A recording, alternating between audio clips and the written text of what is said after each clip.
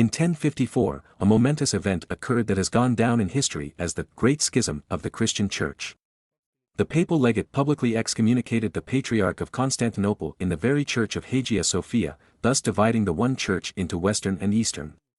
To understand the reasons for such a radical break between Rome and Constantinople, we need to trace the accumulation of theological and political contradictions over the preceding centuries of church history.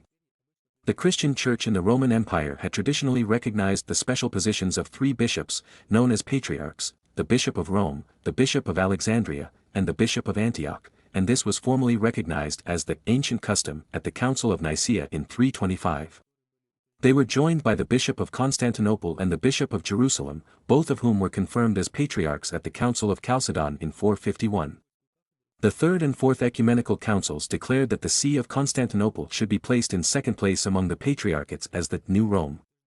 However, the Patriarch of Rome strongly disputed this view, arguing that the reason for Rome's primacy was never based on its location in the capital of the empire, but on the fact that its episcopal position was the successor of St. Peter, the first in rank among the apostles. Unlike the Church in the West, the Church in the East was not able to become independent. It was under the rule of the emperor and it had to develop within the framework of the Greco-Roman culture that had survived in the East. While the Pope in Rome was too far away for the Byzantine emperor to rule over it. In the Western Church, Augustine's theology developed, which was more pessimistic about the role of the state in relation to the Church.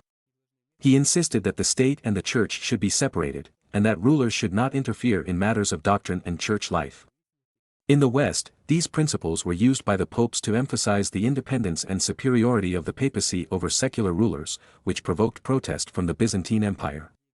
There, the emperors actively managed the affairs of the Church.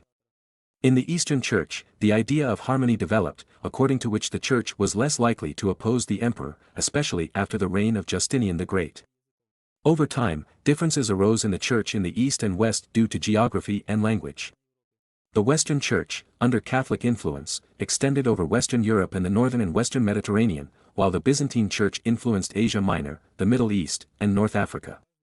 Each educated its clergy and people in the language of its own culture, from which it drew its traditions and beliefs. As a result, the Eastern Church lost knowledge of the Latin language and Latin traditions, and the Western Church lost knowledge of the Greek language and Greek traditions. Most of the patriarchs in Constantinople could not read Latin, while most of the popes in Rome did not speak Greek. This loss of a common language led to a fundamental separation of the churches from each other. The conversion of the Celtic and Germanic peoples to Christianity played an important role in deepening the differences between the Eastern and Western churches. The position and influence of the Western Church grew stronger. The newly converted peoples entered its jurisdiction, which increased the number of supporters of the Roman See. The cultural and mental differences between the Greek Christian East and the Latin West grew stronger. In the 9th century, the Christianization of the Slavs began. In Eastern Europe, rivalry developed between Latin missionaries from the West and Byzantine missionaries from the East. These differences led to two temporary schisms between Rome and Constantinople, which anticipated the final Great Schism. The first of these, from 482 to 519 CE, is known in the West as the Acacian Schism. The second, known as the Photian Schism, was triggered by Pope Nicholas I's refusal to recognize Photius' appointment. Other factors in the break were the jurisdictional rights of the Bulgarian Church and the Filioque Clause. The schism lasted 13 years from 866, and Photius was later recognized as a saint by Orthodoxy, but not by Catholicism. In the 8th century, the question of including the Filioque in the traditional Nicene Creed began to be debated in the Western Church. The Filioque Clause spoke of the Holy Spirit proceeding not only from the Father but also from the Son. It was rejected by the East but became more widespread in the Western Christian Church, especially after the Carolingian Emperor Charlemagne. He included the Filioque in liturgical texts and supported its use. In the 9th century the use of unleavened bread became universal and obligatory in the West, while the Greeks, wishing to emphasize the difference between the Jewish and Christian Passover, continued to offer leavened bread exclusively.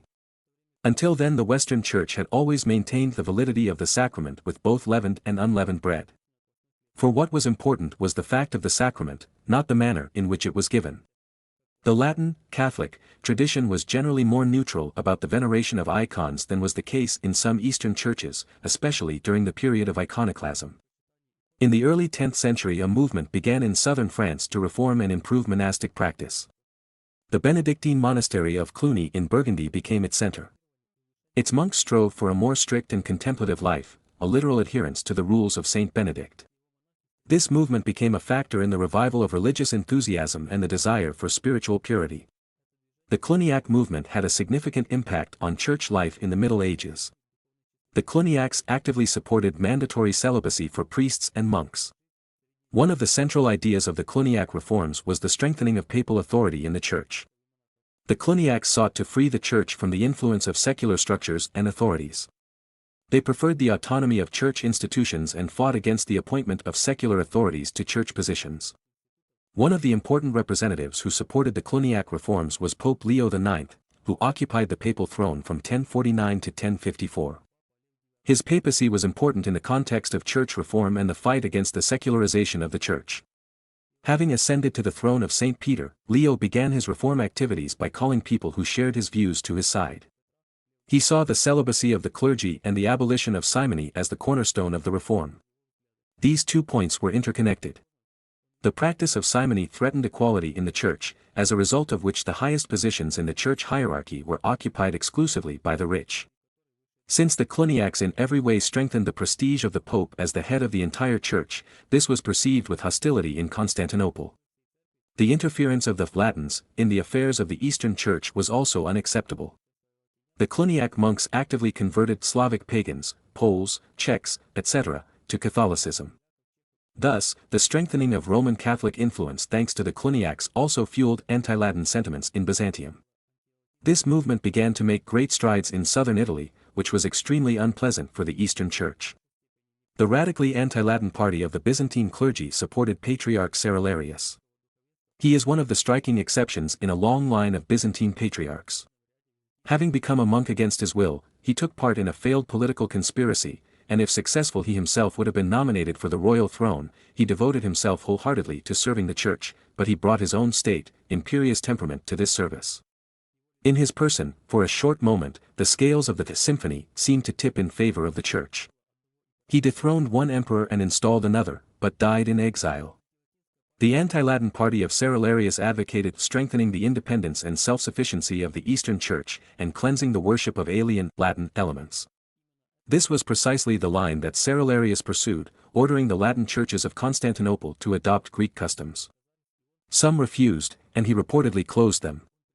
Then he ordered a letter to be written, although not in his own name, criticizing the Judaic practices of the West.